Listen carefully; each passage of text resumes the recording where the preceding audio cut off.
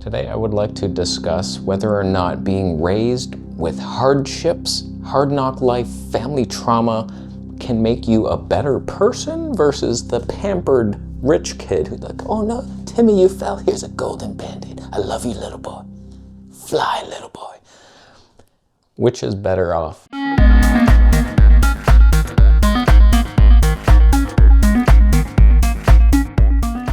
So after seeing all my family at my cousin's wedding, a lot of memories were stirred up, and I just want to talk a little bit about what happened in the past. And I gave you a little teaser in the wedding video, and I got a couple comments. They're like, can't believe you're outing your family like that. You should be thrown in prison. Hey, if you didn't want your life on the internet, you shouldn't have given birth to a YouTube sensation. I think it's healing to look at our past mistakes. And no, I don't have perpetual eye aids due to the deficiencies of my vegan diet. You're crazy. So I have 3 grandparents. Basically, the first 2, I never saw my grandfather much. He was already separated when I was born. So I was coming into my new grandfather, Dennis. That's my grandfather. That's the one I knew, and he was always with us. I saw the other one a couple times, but it was always like, oh, he would visit once every 4 years or something. So, oh, hey, real dad. So he was like a drug dealer. He was huge. If you know Roth, God, I don't even know it. Rochdale, I think it was a big hippie community, and he was like a well-known drug dealer. Sid Stern, you've probably heard him. He's been in the newspaper, he's been arrested. So that was my real grandfather. So we grew up, and he and my grandmother made 3 babies. My mom, her sister, her brother. So we were a very small family. It was just the grandparents, the 3 siblings, and then my mom's sister had the first baby, Justin. He was a little terror. I came along next, and he just picked on me for the rest of my life. He was just God, all my traumas come from him. He would hit me hard for no reason. He was just a bad influence. My first memory of him was being brought home by the cops. He was probably 10 years old, stealing chocolate bars, and that was the first thing he stole, and it wasn't the last. He stole my identity once. He was collecting welfare under my name. There was a lot that he did. He robbed my house. Really not the best guy, but I forgive you, buddy. Handshake to that. So whatever, I've let it go. I remember one day my uncle took me and Justin to I think it was a baseball game, and it was all great, and then we're coming home. We're just walking out of the stadium, and he turns around and punches me in the gut, and I lost my breath, and my uncle's like, what'd you do that for? And it's I don't know, I was bored. That's probably why I can only eat cantaloupes and marshmallows to this day. That's a good time. So it was rough upbringing, and we both did not have fathers. So his father was in prison a lot, and I never met him. He just left immediately. And my father, we left him because he already had 3 kids, and my mom didn't want to be their mom, so we just took off. And so that's what I remember. So instead of a father, I had many of my mom's different boyfriends throughout the ages. They were fun, many different characters, so that was cool. And eventually my aunt met Claudio, and she married him, and they had 2 more kids. So he inherited the demon Justin as a son. And God, I just feel so bad for you, because he was well off, Claudio, he's rich, he's successful. I thought man, I wish I had a dad like that, giving me every opportunity to succeed. But Justin fumbled that bag, and he was just bad and stealing and drinking and yelling and angry. And then Brad, the brother, meets a woman, Colleen, my new aunt, and they have 2 kids, and they're more normal. They're the normal, happy bunch, that there's no controversy. They didn't leave, they never separated, they're still together. They have 2 successful, happy human beings. Now, I don't remember the order of events, but eventually the Aunt Tracy somehow got addicted to hard drugs. She had some bad influence friends, And I guess like you're a mom in the suburbs, you're getting bored, and then you have this fun friend who's like, do you want to try crack? It's like, I don't know, okay. And they did it, and whatever happened there, she separated and left the kids, the whole family. Like, she abandoned them. It's pretty rough. It's a rough situation where she like chose drugs over the family, and they separate. And so even though we're all over the place here, we had a family, and we always would have Christmas at my grandparents' house. They were the rock, the foundation. So all three families would come home to Granny and Pops, and we'd have our Christmas and our Thanksgiving stuff together. And then my grandparents split up. I don't even remember why or when that happened, but once that happened, the family lost its togetherness. We no longer went to the Christmas dinners, like there was none. The grandmother moved pretty far away. Don't know where the grandfather moved, but he was pretty much out, like we never saw him again. So it was just a shattered family. It was once this cohesive unit, and then it dispersed. I think that was the hardest part for me, the grandparents splitting up, because that was my foundation. I could always go to Granny and Pops and they're normal. Like, it's grandmother life, like it's watching TV all day and smoking in the living room. My lungs will never be the same, thanks Granny, but whatever.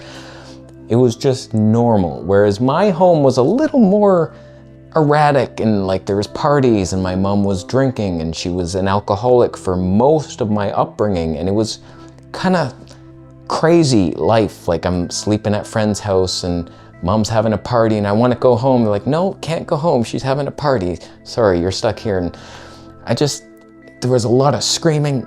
Even if it was happy, drunk screaming, it was piercing, soul piercing. My mom would just have this, whoa.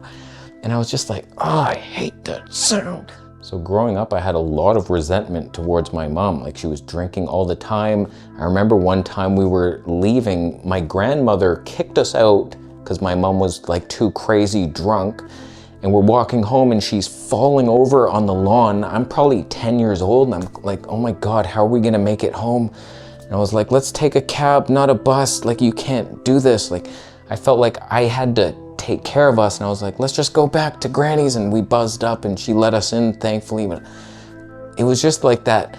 I think that moment I realized my mom could die at any second, and I just like kind of backed away from it. I'm like, I can't get too attached to her. So I remember just not being very close with her for a long time and just resenting our life together. And it was just, why can't we be normal like Uncle Brad and his family? He doesn't get crazy drunk. And Granny, I miss you, what happened? And eventually we move home to this new place, you remember it, where I born this channel.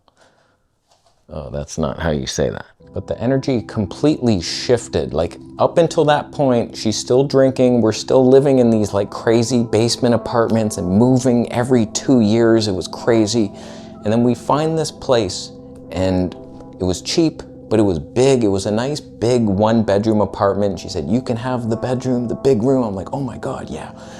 And so like, we had this foundation. She stopped drinking, and we started repairing our relationship. Like, I was just still sick with the colitis. Like, everything was terrible about my life, but she made sure that I healed. She was like, you need fruit? Okay, I'm gonna buy you the fruit. Don't worry, I'll get the money. And she started cleaning houses and stuff for extra money. And it really, like, everything she did in the first 25 years was erased because she just loved me so much. And finally, I remember the day that we just became much closer.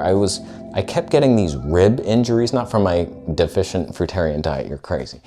I kept falling and injuring my rib, and I was like, what the hell is happening? It would take like a month to heal, excruciating pains. The cartilage just separates, and then it's like a month of hell. And it just kept happening in a row over and over. And then the last time it happened, I was like, you gotta be kidding me. I was at that high carb meetup, and one of the Light twins picked me up and it cracked my rib again. I'm like, God, I just went through this. What the hell is happening? Is it the fruitarian diet? What's going on? God, tell me. Why does this keep happening to me? And then I looked up Louise Hay, and it says rib injuries are guilt. you feel guilt for something. And I was like, guilt? What do I feel guilty about? And I just thought, like, maybe growing up, I treated my mom pretty bad. Like, I was not happy. She's drinking all the time. And I just remember one time she said something to me asking about my day. And I said, like, what makes you think I would want to talk with you about it? And I was just like, ow, man. Like, she's like, yeah, I deserve that. Sorry. And I was just a dick. And so, like, I told her that. I was like, I feel guilty. I'm sorry about that. And we hugged it out. And it's like, I love you so much now. And it's like, we've repaired our relationship. And so, like, we got close together. But basically, after that, at some point, my grandfather died. So, like, after they separated, it didn't take long for him to die. And that sucked. And then Granny started dying. She got cancer and then she died. And just like, we had a lot of loss in our tiny little family. And Tracy was like off in the distance, doing drugs still, didn't talk to us a lot and didn't come see the mother. And so, like, there's that side of the family. We still have Claudio, even though we're not related, you're still my uncle. It's like, but we don't see you very often, they're way out. And then my mom died a couple years ago, and now there's not a lot of us Stearns left.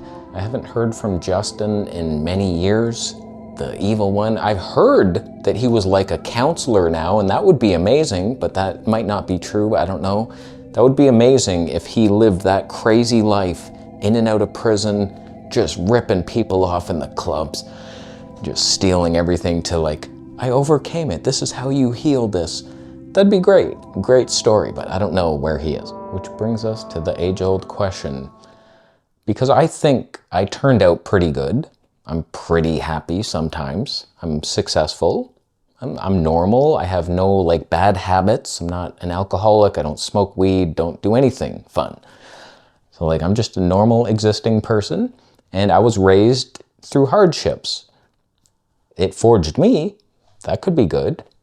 Or, like, you hear of some rich, spoiled brats who have everything, they're pampered, it's an easy life, and they're miserable, and they can't, like, they have no drive, and they have nothing to accomplish, and they're just addicted, they're alcoholics. So, like, it's not always, like, you can't just map it. It's not predictable. It's like, oh, raise a child with terror, and he will turn out this way. Like, some of us take that terror and turn it into gold. It's like, there's the two twins. I've always wanted to make a movie about this. Two brothers, and, like, it was an abusive mother and father, and it's like, oh my God.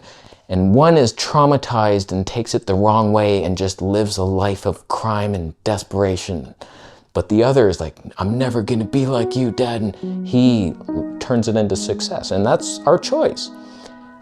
I have to lean towards it would probably be better if you were just normal and loved your damn child and didn't do crazy things to scare him half to death. I probably could have done without my bicycle being stolen by my mom's first boyfriend.